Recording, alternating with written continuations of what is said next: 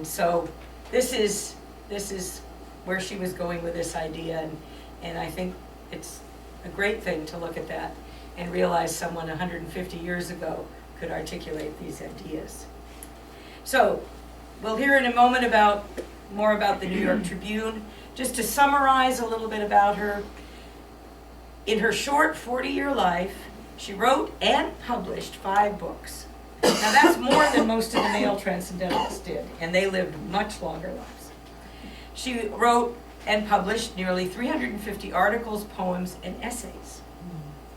And then, after New York, are you going to say anything about what she did after New York? Not much. Okay, well, after New York, she had really wanted to go to Europe earlier in her life, and really felt this affinity with Europe. She'd read Italian, read German. She really wanted to see these places, but because of her father's death, she wasn't able to go. So she finally gets an invitation to go, partly as a governess for a child, a governess and tutor for a child, and then she arranges with Horace Reilly to write articles for the New York Tribune, which is how she becomes the first really major foreign correspondent for a U.S. paper. And so she goes first to England, she goes to France, she goes to Scotland, and she writes amazing articles really looking at industrialization, looking at the effect on people. She sees poverty in a way she's never seen before. She writes about it, and she really informs the consciousness of American people about what's going on, and about the things that are about to come and be in America too, I think. And then she goes to Italy and she gets involved in the Italian Revolution, 1848. Not a lot of us realize, I missed this somewhere in my meager historical studies, that 1848 was a major year in Europe for revolutions in a number of different countries. Rome was one. There's a lot of detail about that.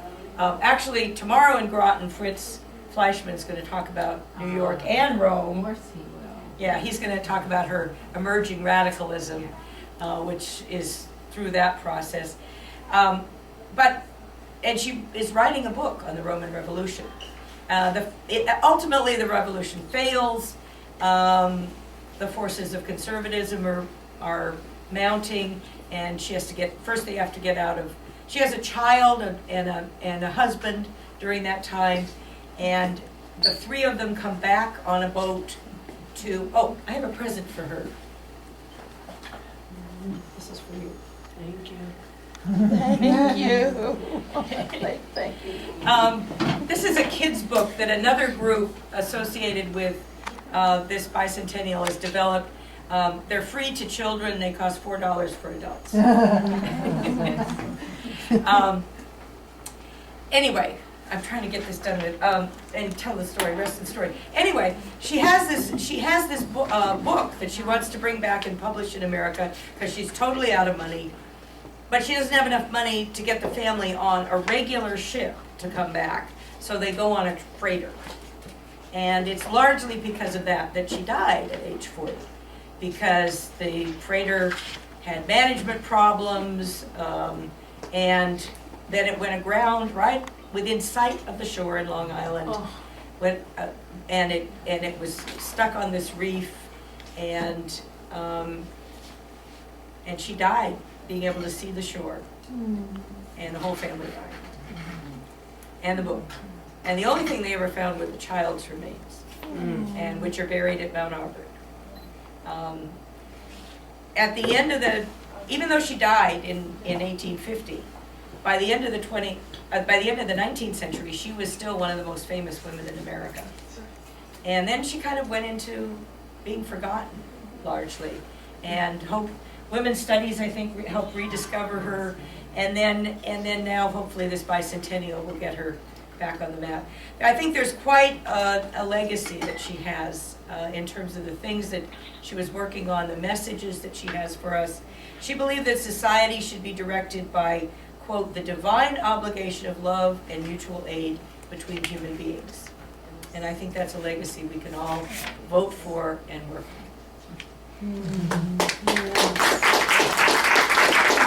paper I'm reading to you is sort of like what Margaret would have done in her conversation. She would have read a fairly scholarly sort of paper to start things off, and then opened to conversation. So I'm going to read a fairly scholarly sort of paper, and then open this to conversation. So bear with me. It's a little more formal than Dorothy's preaching. You're a good preacher, Dorothy, and I really admire that. Thank you. So I start. So why would she leave transcendental Boston for the large and sometimes unfriendly urban landscape of New York? Now are you hearing me? Okay, Jessa? Okay.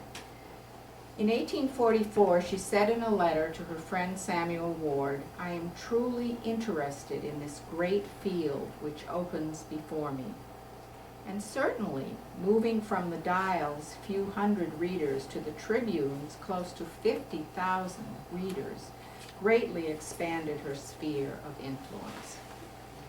She also might have been following her own advice in Woman in the 19th Century, where she said, quote, "I think that women need, especially at this juncture, a much greater range of occupations to rouse their latent powers. Why not journalism?" In her book, she also mentions her friend and the British journalist Harriet Martineau, whose lamp, she says, quote, "now shines far and wide over the nations," even though she writes from her sickbed. Harriet Martineau does, writes from her sickbed, and sends pieces to Charles Dickens to publish in the London Daily Times. So Fuller also admired the women engaged in abolitionism, as she calls them, the Grimke sisters and her own friend Lydia Maria Child, who, quote, "lifted the voices in public in spite of accusations of boldness." You had those accusations. So clearly by 1844, she had decided to lift her voice and reach a larger audience. So, soon after her arrival at the Tribune, she wrote again to her friend Sam Ward, "I like this position. It is so central and affords a far more various view of life than I was ever in before. My friends think my pen may be a vigorous and purifying element." So she has ambitions. Now, before I start talking about what she was writing, I'm going to pass around some examples of her columns, and I want you to think about this for a moment. She's on the front page of the New York Tribune. She chooses what she's going to write about. She starts out as a literary reviewer, fine, and in fact she makes a lot out of that, and I'll give you some examples. But she ends up being more drawn to social justice issues, especially in New York. So I'm just going to pass this around. The other thing I want you to notice is it's really hard to read this stuff. And I know now that I'm getting old. Are these all the same?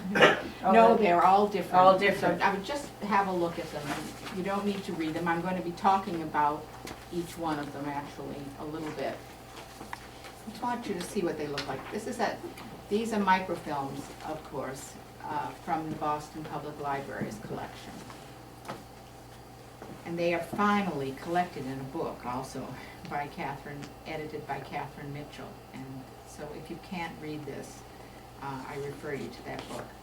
So in the remainder of the paper, I would like to examine Fuller's social criticism in the Tribune, particularly looking for evidence of that purifying and vigorous pen, and looking for her movement from intellectual to liberal reformer and sometimes activist. I'm going to examine different causes that she championed in the New York days. The first ones are race and class, then women's issues, and then prison and asylum reform. She championed many other causes as well, but there are so many articles on these particular subjects that they kind of leap out at you as the things that she was finding most important at the time.